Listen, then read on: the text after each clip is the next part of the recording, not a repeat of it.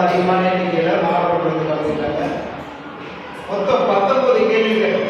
19 கேள்வி கேட்டதில் 19க்கு 19 சரியான விடையை சொல்லி 3 பேர் சொல்லியிருக்கிறாங்க. முதல் இடத்தை பிடிச்சவங்க 3 பேர். அது யார் அப்படின்னா, முதல்ல ஜெயபிரகாஷ், ஜெயபிரகாஷ் 19 கேள்விக்கும் பதில சொல்லி முதலிடம் பெற்ற மாணவர்களில் ஒருவர் ஜெயபிரகாஷ். அவர்களுக்கு நீங்க கொடுத்த பரிசை நம்ம கொடுக்குறோம் இல்லையா? ரைட், பாராட்டுகள்.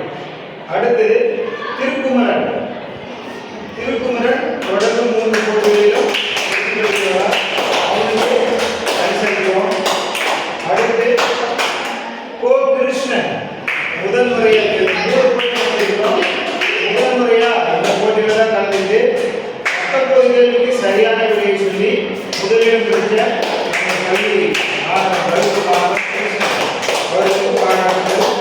அடுத்தது 19 கேள்விக்கு 18 கேள்விக்கு சரியா பதில் சொல்லி 2ஆம் இடம் பிடித்த யுகேஷ் அவர்களுக்கு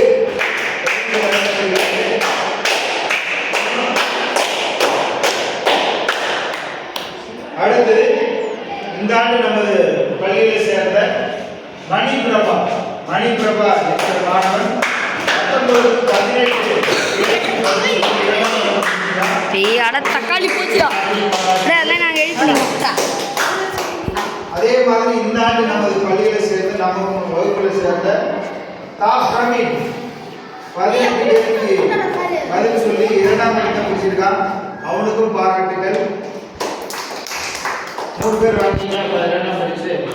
3ஆம் பரிசு 17 மார்க் வாங்கி 3ஆம் இடம் பிடிச்ச நமது பள்ளி மாணவன் நல்ல பையன் சரவணன் அவர்கள் 3ஆம் இடம் 19 கேள்விக்கு 17 கேள்வி சரியா பதில் சொல்லியிருக்காங்க.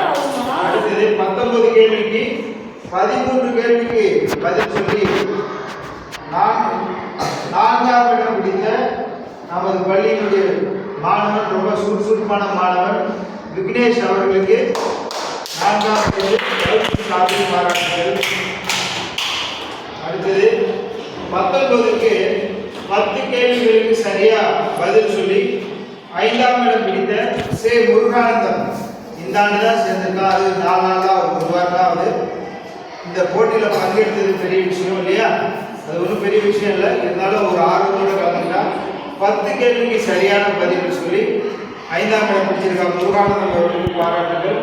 அடுத்தது 7 கேள்விகளுக்கு சரியான விடை சொல்லி 6ஆம் இடம் பிடித்த சாய் சரத், அவனும் இந்த நம்ம வகுப்புக்கு புதுமானவன் தான். அவனும் ஆர்வத்தோடு கலந்துருக்கிறான். அவனுக்கும் வகுப்பின் சார்பில் பாராட்டுகள். இந்த வினாடி கொண்டு ஒவ்வொரு வாரமும் தொடர்ந்து நடைபெறும். சரியா? தொடர்ந்து நடைபெறும். நீங்கள் இன்னும் அதிக எண்ணிக்கையில் கலந்துக்கணும். அதே மாதிரி கேள்விகளின் எண்ணிக்கையும் ரொம்ப அதிகமாகும். இனிமேல் வருகிற காலத்தில் கேள்விகளின் எண்ணிக்கையும் அதிகமாகிட்டே போகும். மாணவர்களுடைய பங்கேற்பும் அதிகமாக இருக்கும். நீங்களும் இந்த சனி ஞாயிறு நல்லா சரியாக